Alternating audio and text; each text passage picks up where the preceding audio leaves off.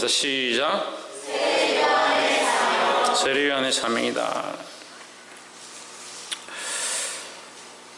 세례요한은 잠시 성경에 나왔다가 사라졌습니다. 또 그의 인생도 아주 짧은 인생을 살고 형장 이슬과 함께 목배임을 당하고 인생을 끝마칩니다. 거의 30년도 살지 못한 30대를 지내지도 못하고 인생을 마감합니다. 왜 그렇게 마감이 되었느냐?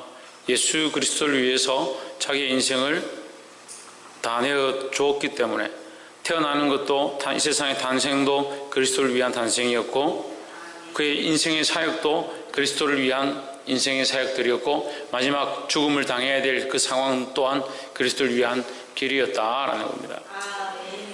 여러분 우리가 그렇게 할 수 있겠습니까? 우리도 주를 위한 자리 가운데 주의 영광을 드러내야 될 때에 우리의 목숨을 내어놓을 수 있는 그런 삶을 살 수 있겠습니까?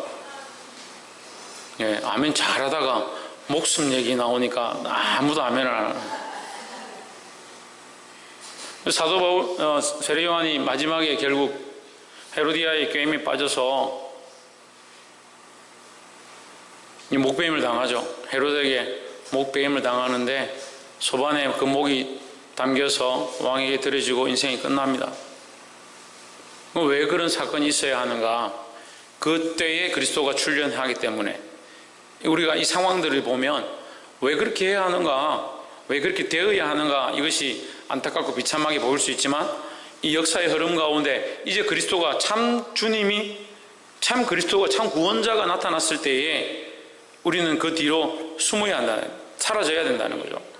그래서 말씀도 마찬가지예요. 제가 이 말씀을 전하는데 제가 자꾸 드러나면요, 이 저는 잘못하고 있는 거예요. 우리가 사역을 하고 교회를 섬기고 있는데 우리가 자꾸 드러나면 이게 문제가 되는 거예요. 우리는 자꾸 십자가 뒤에 가려지고요. 누가 자꾸 드러나냐? 예수 그리스도가 자꾸 드러나고 그 십자가가 자꾸 드러나야 한다는 거예요. 이걸 자기 삶을 통해서, 나의 삶을 통해서 누가 자꾸 드러나야 되냐? 그리스도가 드러나야 돼요. 옆에서 한번 보십시오.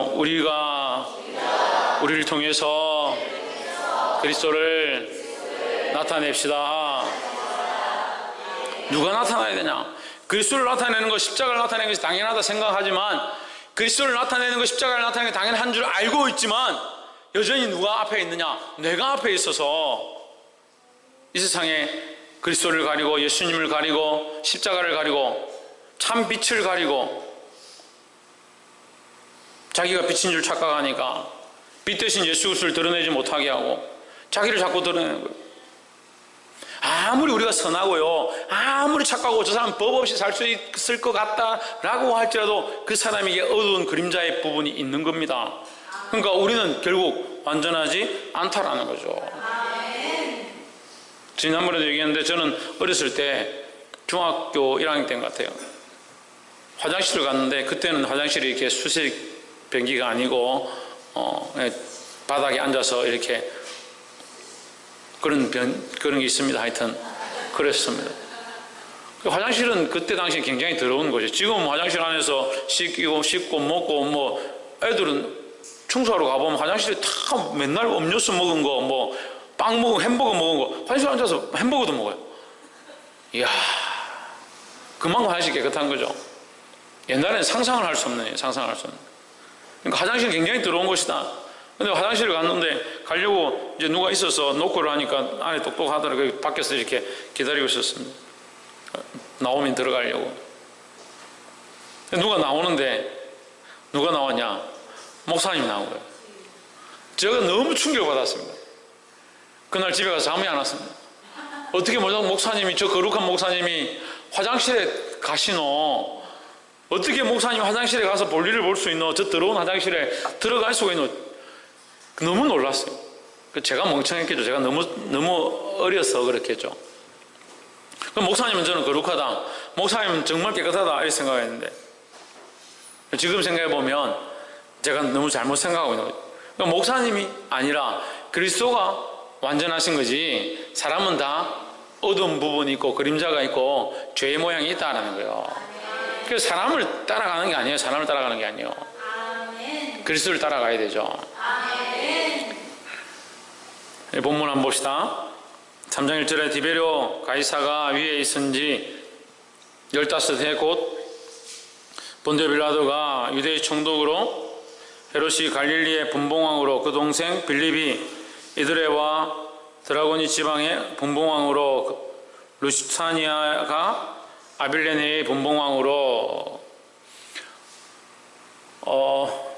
디베rio 가이사 총독이 황제로, 그러니까 가이사가 황제죠.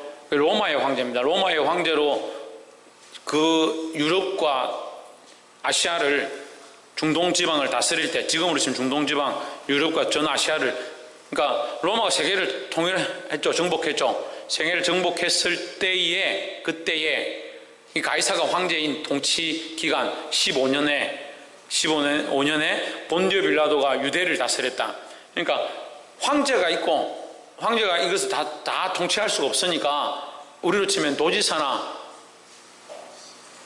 시장들이나 이런 사람들 해가지고 부분적으로 나눠서 다스리게 하는 거죠. 특별히 유대 지방, 지금 세례 요한이 있는 예수님이 탄생하신 이 유대 지방을 누가 다스리냐? 본디오 빌라도가 다스리고 있을 때, 총독으로 있을 때다 이 말이죠. 그 유대 지방의 총독은 본디오 빌라도고, 그 안에 갈릴리 지방, 갈릴리 나사렛에서 예수님이 활동하고 있으니까 갈릴리 지방은 본디오 빌라도 밑에 헤롯이 분봉왕으로 있을 때다, 부분적으로 다스리고 있을 때다, 이렇게 이해하시면 되겠습니다. 3장 2절에 안나스와 가야바가 대제사장이 있을 때에 하나님의 말씀이 빈들에서 사가랴 아들 요한에게 임한지라 했습니다. 안나스와 가야바와 가이사와 헤롯과 본디오 빌라도를 왜 누가복음 3장 1절 2절에서 말하고 있느냐? 예수님의 뭐와 관련이 있습니까? 뭐와 관련이 있어요? 이 사람들은 예수님이 뭐와 관련이 있어요? 예수님이 죽으심과 관련이 있는 거예요. 그래서 예수님의 죽으심 가운데 이 사람들이 어떠한 역할들을 할 것인지에 대해서 이미 보여주고 있는 것이다 하는 거예요. 그리고 이것은 결국 역사적인 사건입니다. AD 26년경, 지금 그 세례 요한이 나타나서 예수의 탄생을 외치고 죽고 하는 이 사건은 AD 26년경에 역사적으로 기록된 사건들이다라는 거죠. 3절에 요한이 요단강 부근 각처에 와서 제사함을 얻게 하는 회개의 세례를 전파하니 했습니다. 자, 이 세례 요한이 요단강에서 세례를 줬는데 중요한 것은 세례를 준 게 아닙니다. 우리는 세례가 중요하다 생각하지만 실제로는 뭐가 중요합니까? 제사함을 받게 하는 회개가 중요하다라는 거죠. 그러면 회개가 없으면 세례는 필요가 없다라는 거죠. 그래서 우리의 먼저 되어야 될 것, 죄 사함을 얻는 회개, 하나님 앞에 자기가 죄인임을 인정하고 회개를 가진 자에게 예수 그리스도의 피로 씻음을 주신다는 믿음을 가진 자에게 세례를 베푸는 거예요. 그래서 회개가 우선이라, 회개가 우선이지 세례가 우선이 아니다라는 거예요. 그런데 그 회개를 했는지 안 했는지 우리가 알 수 없으니까 세례를 받았느냐 묻는 것뿐이지, 세례를 받은 것이 구원의 정표가 아닙니다. 회개를 했느냐 하지 않았느냐, 누가 하느냐? 자기가 하는 거예요. 자기가. 회개의 모양을 가지시기를 소망합니다. 4절에 선지자 이사야의 책에 쓴 바 광야에 외치는 자의 소리가 있어 이르되 너희는 주의 길을 예비하라, 그의 접경을 평탄케 하라 하십니다. 주의 길을 준비하라, 그의 오실 길을 곧게 하라. 외치는 자의 소리가, 이 외치는데 뭘 외치냐? 주의 길을 준비하라는 것과, 첫 번째는 주의 길을 준비하라는 것, 두 번째는 뭐요? 그의 오실 길을 곧게 하라. 이 두 가지를 해야 되는 겁니다. 이 세례 요한의 외침은요, 오늘날 우리의 외침입니다. 우리의 외침입니다. 우리는 뭘 해야 되냐? 주의 길을 준비해야 된다는 거예요. 주의 길이 뭐요? 주님이 오실 길이죠. 주님이 오실 것을 준비해야 한다는 겁니다. 예수님이 AD 26년, AD에 4년, 40년 뭐 여러 가지 주장이 있지만 예수님이 오셨다. 예수님이 오셨습니다. 그죠? 근데 뭘 예수님이 오실 길을 준비합니까? 지금 2000년이 넘었는데 뭘 예수님 오실 길을 준비합니까? 다시 오실 것을 준비해야 한다는 겁니다. 예수님이 다시 오실 건데 우리가 뭘 하고 있어야겠습니까? 김미애 성도님, 시집 가려면 뭘 준비해야 됩니까? 예? 시집 가려면 뭘 준비해야 됩니까? 몸과 마음을 좀 몸과 마음을 깨끗이 해야 됩니까? 손진일 성도님, 장가 가려면 뭘 준비해야 됩니까? 예? 문제가 어렵지 않은데. 김태현, 장가 가려면 뭘 준비해야 됩니까? 상대가 있어야 됩니까? 상대가 있어야지. 그래. 신희경, 시집 가려면 뭘 준비해야 됩니까? 목사님의 질문은, 따라합시다. 목사님의 질문은 질문에 답이 있다. 시집 가려면 뭘 준비해야 됩니까? 예? 그렇죠. 시집 갈 준비를 해야 되죠. 참 머리가 나쁘네. 장가 갈 사람은 어떻게 됩니까? 장가 갈 준비를 해야 되죠. 그래, 장가 갈 준비가 자세히 뭐냐 이러면 혼수품도 준비해야 되고 집도 장만해야 되고 예식장도 준비해야 되고 이렇게 대답하면 되는 것이고, 시집을 가려면 어떻게 됩니까? 시집 갈 준비가 되면 시집 가는 거죠. 장가 가려면 장가 갈 준비가 되면 장가 가는 거죠. 주님이 오실 길은 어떻게 준비하냐? 주님이 오신다는 것을 믿는 거죠. 주님이 오신다는 걸 믿기 때문에, 주님이 오시기 때문에 준비가 필요한 거예요. 주님이 안 오시면 뭐 하나 준비합니까? 주님이 오실지 안 오실지 못 믿으면, 주님이 올지 안 올지 모르는데 뭘 준비해요?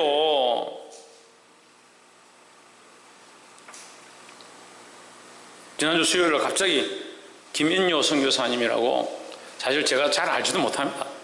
저는 원래 잘 몰라요. 아는 게 별로 없어요. 어떤 집사님 통해가지고 이렇게 연결돼서 연락을 했는데 좀 괜찮으신 것 같아요. 근데 그냥 저는 지나가는 말로 혹시 다음에 한국에 들어오시면 한번 뵈었으면 좋겠습니다 이렇게 했는데, 뭐라고 하냐면 지금 한국입니다. 그럼 또 이제 제가 이 위기를 모면하기 위해서, 그러면 혹시 부산이나 울산 근처로 오시면 연락 주시면 한번 뵙겠습니다. 지금 부산입니다. 그래서 제가 더 이상 그거 어떻게 할 수 없어서, 그러면 언제 뵐 수 있겠습니까? 오늘밖에 시간이 없습니다. 오늘밖에. 이분이 참 급하신 분이구나. 금요일은 안 되겠습니까? 금요일은 약속이 있다. 강의가 있고, 주일에는 교회에서 지금 오라는 데가 지금 뭐 줄을 서서 안 된다고. 그래서 제가 그날 날짜를 착각한 게, 화요일이 이제 공휴일이어서 제가 수요일을 착각한 것 같아요. 수요일인지 제가 깜빡 까먹고 있었습니다. 아침에 연락을 했는데 오늘 시간 됩니다. 그럼 오늘 저녁에 식사합시다. 한번 얼굴 보입시다. 뭐 부산에 계시다는데, 그냥 밥 먹으려고 저는 만났어요. 만났는데 약속하고 뭐 얘기를 하다 보니까 오늘 수요일인 거예요. 그래서 제가 연락을 이제 성도들한테 단톡방에 제가, 선교사님이 어떻게 연결되다 보니까 오늘 오셨는데 선교사님 만났는데 제가 밥만 먹고 가시오 이렇게 보낼 수는 없잖아요. 그래 오셨는데 교회 인사라도 한번 하시고 가라고.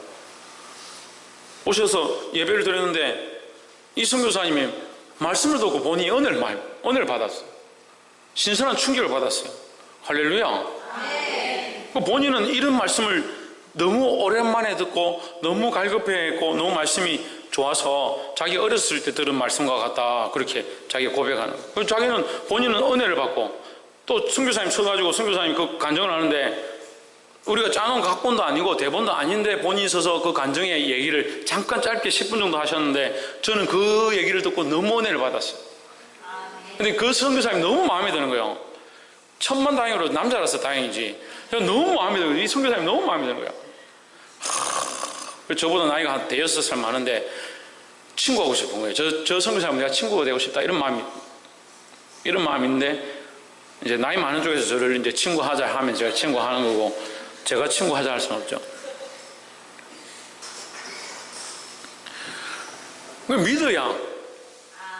믿어야 그 선교사님 보지도 못했고 알지도 못했으니까, 뭐 어디서 한다, 원주민들하고 뭐 선교한다 이런 얘기를 하길래 카톡을 보고, 뭐 그런 거 가지고 뭐 얘기를 하느냐, 얼굴도 못 봤는데 나한테 이런 얘기를 왜 하는가, 그렇게 생각했습니다. 근데 만나서 보니까 이분이 정말 원주민들, 그 필리핀 사람인데도 그 원주민들은 꼭 아프리카 사람 같아요. 그래서 이 과학적으로 아무래도 아프리카에서 여기 필리핀에 들어와서 원주민들이 생기지 않았느냐 그렇게 보고 있대요. 아프리카에서 배를 타고 와가지고 키도 작고 새까맣잖아. 그 원주민들은 필리핀 언어가 따갈로그인데 필리핀 말도 안 쓰고 그 제2 외국어가 영어거든요. 그런데 필리핀은 영어를 더 많이 쓰는데 이 사람들은 영어도 안 쓰고 따갈로그도 안 쓰는 거예요. 자기들 마음대로 말을 하고 글도 제대로 없는 거예요. 그런 사람한테 복음을 가르치고 예수를 전하고 하는 게 얼마나 힘들거든요. 그래 25년 동안 그 사역을 했다는 거예요. 야, 정말 내가 목회하는 거는 진짜 아무것도 아니구나. 그래도 여러분들은 제 말 다 알아듣잖아요. 네? 알아듣고 글로 다 성경책에 기록해가든 노트에 기록해가든 다 기록하잖아요. 그걸 들어보고 또 말이 너무 빨라가 경상도 사투리가 많이 섞여서 이해가 안 되면 집에 가서 다시 동영상 들어보면 되잖아요. 근데 이거는 뭐 말도 안 통하는 사람들한테 지금 25년 동안 그 사람들하고 복음을 전하고 기도하고 그렇게 하면서 센터를 450명이 된 센터가 있다고 저보고 꼭 와서 한번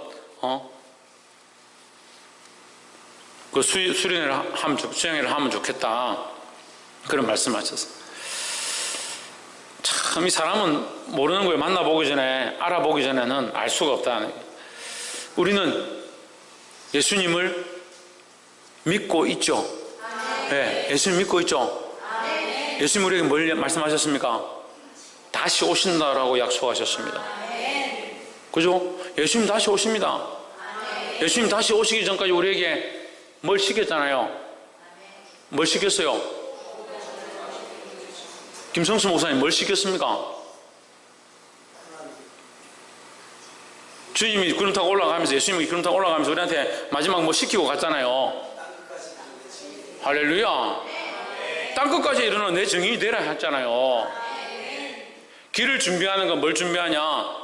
주의 길을 준비하는 건 주님이 오실 길을 내가 준비하는 거예요. 뭘 하냐? 주님이 오실 것을 내가 준비하는 거예요. 내 자신에 대하여 길을 곱게 하는 것은 뭘 하냐? 이 복음을 전하는 일을 얘기하는 거예요. 그럼 나를 준비하고 복음을 전하고 이 두 가지를 맡긴 거죠. 우리가 지금 다시 오실 주님에 대하여 우리에게 맡은 게 뭐냐? 나를 준비하고 복음 전하는 이 두 가지 일을 맡은 거예요. 근데 사실 내가 준비 안 되면 뭐도 못합니까? 복음도 못 전하는 거예요. 내가 준비 안 되면. 저도 이제 목회 이제 10년째가 돼 가는데 제가 부끄럽고 제가 삶을 살았는데 하나님 앞에 정말 나아가기 힘들 때는 성도들 앞에 서서 설교하는 것들이 너무 힘든 거예요. 이 강단에 올라오는 게요, 산꼭대기 올라가는 것만큼 힘든 거예요. 내가 하나님 앞에 깨어있고 은혜 충만하고 성령 충만하면 여기 서가지고요, 하루 한 시간 1분이라도 빨리 올라가서 이 말씀을 강력하게 전하고 싶은 거예요. 우리가 준비되어야 되는 거예요. 우리가 하나님 나라 복음을 위해 준비되어지고 그의 길을, 그의 오실 길을 곱게 한다. 뭘 곱게 하냐? 세상에 왜곡되어져 있는 가치관들과 세상과 타협해져서 좌우를 분별치 못하고, 좌우를 분별하는 게 뭐예요? 이것이 옳은지 이것이 틀렸는지, 이 길이 맞는 길인지 이게 정리가 되어 있어야 되는 거예요. 여기 서울을 간다 합시다. 우리가 서울 가는데 이게 지금 경부고속도로를 깔아놨잖아요. 서울까지. 안 가봤어요? 경부고속도로를 몰라요? 서울하고 부산하고 가는 게 경부고속도로잖아요. 우리 부산에서 당연히 서울 간다면 경부고속도로 타고 가겠죠. 네, 그것까지 다 설명해야 되나? 경부고속도로 올라가는데 표가 있을 거예요. 이정표가. 예? 이정표가 있잖아요. 대구 10km 뒤에 오른쪽으로 가면 대구입니다. 이정표가 있잖아요. 참, 내가 빌어가면서 물어봐야 되나? 그런데 옛날에는요, 이게 잘 안 돼 있어가지고 어디서 꼭 문제가 생기냐면 삼천포, 잘 가다 삼천포를 빠지는 거예요. 잘 가다 삼천포 빠지는 거예요.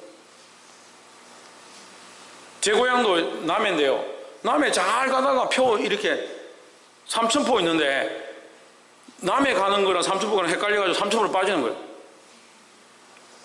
그래서 왜 안 오냐? 이거 길을 잘못 와서 삼천포로 왔습니다. 그래서 삼천포로 빠진다는 소리가 있어요. 잘 가다가. 우리가 이정표대로 가지 않고 바른 길들이 정리 안 되어 있으면 곱게 갈 수가 없는 거예요. 주님이 오실 길을 예비하는 것, 세상 사람들이 다 여기가 진리고 여기가 바른 도고 또 그 사람들 겨우 끌어와서 교회에 앉혀놓으면 내가 이렇게 사는 게 맞고 내 방식이 이렇게 있고 좌우를 분별치 못하는 거예요. 어디가 오른쪽인지 어디가 왼쪽인지 어디가 하나님 말씀인지 어디가 바르게인지 분별치 못하는 거예요. 그래서 교회는 말이 많아지면 안 돼요. 뭐가 많아져야 됩니까? 말씀이 많아져야 되죠. 말은 자꾸 줄어들고 말씀이 많아져야 되는 거예요. 그래서 말씀이 바로 쓰고 말씀을 세우기 위해서 뭘 전해야 된다? 바른 복음을 전해야 한다라는 거예요. 그래서 우리 안에 정비되어지고 복음을 전하고 이것이 우리가 세례 요한의 모습을 본받아서 우리가 오늘 이 시대에 해야 될 모습이다라는 겁니다. 5절에 모든 골짜기가 메워지고 모든 산과 작은 산이 낮아지고 굽은 것이 곧아지고 험한 길이 평탄하여 질 것이요. 이 말씀이 그렇죠. 골짜기가 메워지고 하나님과 단절되어진 부분들, 자기의 생각들로 자기 아집으로 파놓은 것들, 이것을 바르게 세워야 된다는 거예요. 인생을 자기 마음대로 살아왔던 굽어진 것들을 그리스도를 위하여 이제 바로 세워가야 한다는 거예요. 뭐로 가능하다? 복음으로 가능하다. 그 복음의 핵심은 뭡니까? 예수 그리스도죠. 6절에 모든 육체가 하나님의 구원하심을 보리라 함과 같으니라 했습니다. 하나님의 구원을 어떻게 봅니까? 어떻게 봅니까? 믿음을 보죠. 어떻게 봅니까? 예? 예수 그리스도로 말미암아 보게 되는 거예요. 모든 육체가 하나님의 구원을 보리라. 이 세례 요한은 뭘 얘기하고 있는 거예요? 예수 그리스도를 얘기하고 있는 거예요. 예수 그리스도로 말미암아 구원이 너에게 주어진 것을 너희가 보게 될 것이다. 믿음으로 보죠. 믿음으로 보긴 보는데 누구를 믿음으로? 예수 그리스도를 믿음으로. 7절에 요한이 세례받으러 나오는 무리에게 이르되 독사의 자식들아 누가 너에게 일러 장차 올 진노를 피하라 하더냐. 독사의 자식들아. 독사의 자식아 뭐가 생각나요? 예? 성우, 임성우, 독사하면 뭐가 생각나? 독사가 뱀이지 그래. 성우 친구, 독사하면 뭐가 생각나? 독이 생각나죠. 독이. 그렇지. 독이 생각나죠.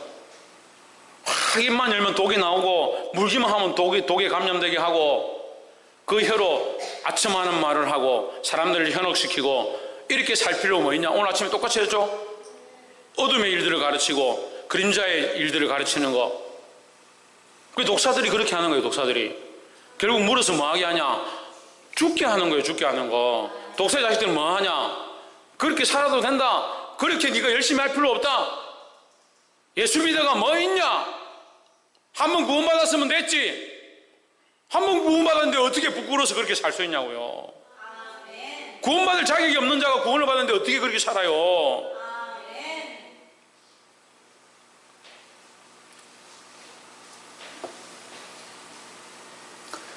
독사의 자식들아 누가 너에게 일러 장차 올 진노를 피하라 하더냐. 독사의 자식은 이 말과 혀에 대한 것들이다.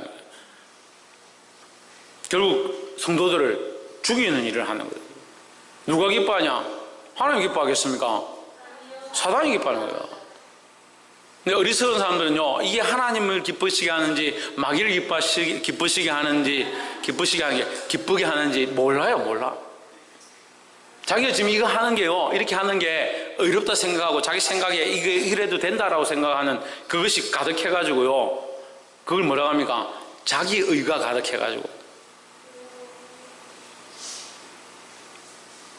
그 하이웨이, 바른 길을 가는데 마이웨이가 내 길을 가는 거야, 내 길을. 8절에 그러므로 회개에 합당한 열매를 맺고. 이 독사의 자식들은 뭘 해야 되냐? 예, 참 하나님 말씀은요, 우리가 너희는 이제 망했다 이렇게 하면 망한 줄 생각하면 안 돼요. 망했기 때문에 어떻게 되나? 돌이켜야 되는 거예요. 돌이켜야 되는 거예요. 7절에서 이 독사의 자식들아 너희에게 누가 이 임박한 진노를 피하라 하더냐? 너 끝났다. 너희는 이제 죽었다. 이렇게 얘기하고 끝나는 게 아니고, 그러므로 8절 보세요. 그러므로 항상 하나님의 말씀은 뭐로 끝난다? 사랑으로 끝난다. 그러므로 뭐 해야 된다? 회개에 합당한 열매를 맺고, 회개에 합당한 열매는 뭐냐? 그 삶의 입술로만 회개하는 게 아니고 그 삶을 내어드리는 것이다. 바꾸는 것이라는 거죠. 옆에서 한번 보시죠. 입술로만 예수 믿지 말고 삶으로 살아드립시다. 회개에 합당한 열매를 맺고 속으로 아브라함이 우리 조상이라 말하지 말라. 아브라함이 네 조상이나 말거나 네가 예수 안 믿는데, 네가 하나님 안 믿는데 무슨 상관이 있느냐 이 말이에요. 여기 말하지 말라 하죠. 말하지 말라. 결국 너희 신앙은 어디에 붙었냐? 입에 붙어있다. 말하는 것에 붙어있다. 이게 7절에 뭐와 독사의 자식이라는 단어와 이게 설명해 주는 거예요. 그 독사의 자식은 너는 입술로만 아브라함이 우리 조상이다. 그러니까 우리도 다 천국 가고 우리도 다 구원받지라고 그렇게 착각하고 있다. 내가 너에게 이르노니 하나님이 너희 이 돌들로도 아브라함의 자손이 되게 하시리라. 하나님 하신다면 하실 수 있는 거지. 누가 입으로 내가 아브라함의 자손이기 때문에 우리는 천국 간다. 어떻게 그렇게 말하냐. 그러니까 빨리 회개하고 입술로 하지 말고 너희 삶을 회개에 합당한 열매로, 죄를 지었어요. 죄를 하나님 앞에 회개합니다. 회개한 합당한 열매는 뭐예요? 내가 이 사람이 거짓말했습니다. 거짓말한 것에 합당한 열매는 뭐예요? 정직해지는 거죠. 정직해지는 거죠. 그리고 이 바뀌어진 열매가 나타나야 되는 거예요. 9절에 이미 도끼가 나무 뿌리에 놓였으니 했습니다. 나무 뿌리에 놓였다는 것은 7절에 있는 임박한과 이 가까워 있는 종말과 연결되는 거예요. 심판이 가까웠다. 도끼가 나무 뿌리에 놓였으니 좋은 열매 맺지 아니하는 나무마다. 이 좋은 열매는 뭡니까? 8절이 말씀과 연결되죠. 회개하는 열매, 회개의 열매요. 회개에 합당한 열매. 9절 다시 봅시다. 좋은 열매 맺지 아니하는 나무마다 찍혀 불에 던지우리라 하십니다. 불에 타기 좋아할 사람이 누가 있겠습니까? 불에 타지 않도록 어떻게 해야 된다? 회개의 열매를 맺어야 된다는 거예요. 입술로만 자꾸 나 예수 믿는다, 교회 다닌다. 그러니까 참 안타까운 게요. 지금 이 사회에 문제 일으키고 그렇게 한 사람들 이름 조회할 때마다 그 사람들 밑에 맨 밑에 뭐냐? 기독교.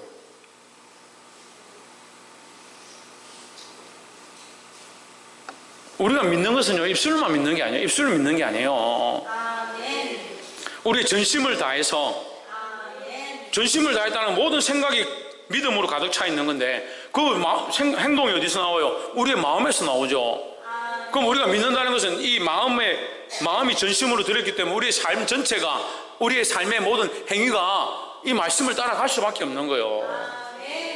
10절에 우리가 돌려 이르되 그러하면 우리가 무엇을 하리까?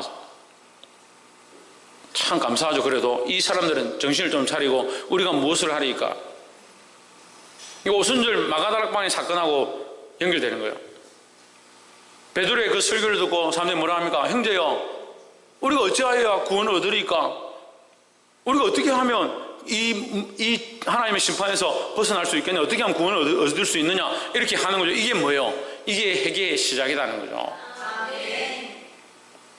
11절에 대답하여 이르되 옷 두 벌이 있는 자는 옷 없는 자에게 나눠줄 것이요 먹을 것이 있는 자도 그렇게 할 것이니라 하고 있습니다. 누가 보면 3장 11절을 여러분 잘못 오해하면 안 됩니다. 오해하면 어떻게 되냐? 회개의 열매가 옷 두 벌 있는 자는 옷 없는 자에게 나눠주고 먹을 것이 있는 자도 그렇게 할 것이다. 이게 무슨 구원의 어떤 당위성처럼 보이는 거예요. 옷 두 벌 있는 거 한 벌 주면 구원 받습니까? 먹을 거 있는 거 나눠주면 구원을 받습니까? 그런 의미가 아니에요. 옷을 사랑하고 남들에게 보이는 거 사랑하고 먹는 것에 얽매였고 그것이 자기 하나님이 되어 있는 자들은 그것을 쪼개서 다른 자들에게 나눠줄 수 있고 자기가 가장 귀하게 여겼던 거, 자기가 존귀히 여겼던 거 그것을 내려놓고 다른 사람들에게 줘라는 거죠. 이게 안 되니까요. 자기가 사랑하는 여전히 있고 예수는 또 믿고. 일본에 가니까 사람들이 어떠냐면요, 다 예수 믿는다고 그래요. 전도하면. 그죠, 이수연? 일본 가서 전도해 보면요, 다 예수 믿는데. 예수 사모아 이렇게 예수님 이렇게 얘기하면 자기 예수 믿는데. 처음에 깜짝 놀랐어요. 다 예수를 믿는데 우리가 지금 일본에 뭐하러 전도하러 왔노? 다 예수 믿는데. 예수를 믿는 게 아니고요, 예수도 믿는다는 거죠. 그 많은 신들, 보통 한 집에요 수백 개의 신들을 믿는 거예요. 수백 개의 신들을. 좀 좋다 하면요, 뭐 별의별 거 다 믿는 거예요. 신들이 얼마나 많은지. 그 신들 중에 예수가 뭔지 모르겠는데 그것도 내가 하나 믿을게. 뭐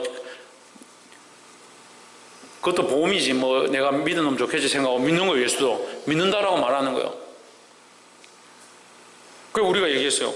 예수를 믿으면 모든 신들을 다 청산해야 된다. 예수님이 당신의 주가 되어야 하고 그 모든 다른 우상과 음란한 것들과 폐역한 것들 다 버려야 된다. 그게 예수 믿는 거다. 근데 그리 못하겠대요. 대부분의 사람들이 그리 못하겠다는 거예요. 그러니까 일본에 예수 믿는 사람이 없는 거예요. 다 예수 믿는다 하는데 예수 믿는 사람이 없는 거예요. 근데 오늘날 한국 교회도 그렇게 돼가는 거예요. 교회를 다니긴 다니는데 자기가 섬겨왔던 거, 자기가 사랑했던 거, 자기가 의지했던 거, 자기가 좋다고 생각하는 거, 자기가 높다고 생각하는 거, 자기가 중요하다 생각하는 거, 재물 여전히 있고 돈, 명예, 사랑하는 거 여전히 놔두고 예수도 하나 믿지 뭐. 자동차 보험, 생명보험, 암보험, 치아보험, 눈보험 막 넣다 보니까 뭐 하나 더 넣지 보험. 그 예수가 보험이에요. 하나 더 믿게. 이걸 버려야 되는 거예요. 아멘. 너희가 사랑하는 것들, 그것을 너희가 줄 수 있느냐 하는 거예요. 지금 우리 관점에서는 옷 두 벌인데 한 벌 주는 거 그거 뭐 어렵냐. 근데 옷이 두 벌밖에 없는 거예요. 사람들은 두 벌밖에 없는데 한 벌 줘라, 어렵죠. 먹을 게 없는데 먹을 거 줘라, 어려운 거죠.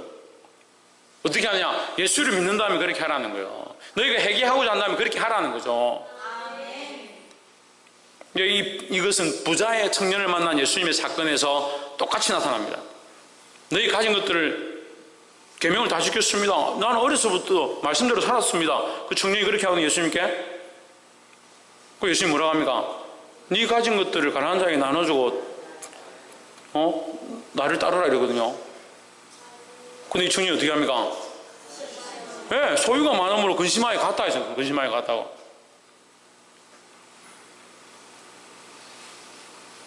그 소유가 하나님인 거죠. 자기에게는. 말씀을 잘 지키는 사람이에요. 그 사람은.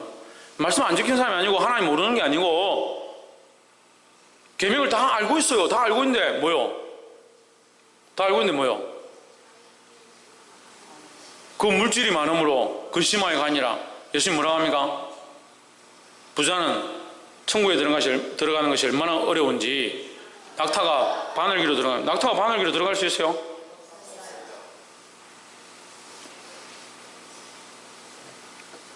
하지만 하나님 그렇게 하신다 했어요. 그러니까 구원의 일은 철저하게 하나님의 것이다. 12절 세리들도 세를 받고자 하여 와서 이르되 선생이여 우리는 무엇을 하리까? 똑같이 묻는 거죠. 13절에 이르되 정한 세 외에는 늑증치 말라. 부가된 것 외에는 거두지 말라. 자 여러분, 이 굉장히 중요한데요. 이 세리에게 먹고 사는 가장 중요한 문제. 세리가 왜 세리가 되어야 되겠습니까? 이걸 해야 자기가 먹고 사니까. 그런데 결국 그 세금은 민족에게, 자기 백성들에게서 뜯어내야 되니까 결국 자기의 먹고 사는 것을 위해서 자기 백성을 피를 빠는, 고역을 빠는, 우리로 얘기하면 일본놈 앞잡이 같은 그런 입장이 된 거예요.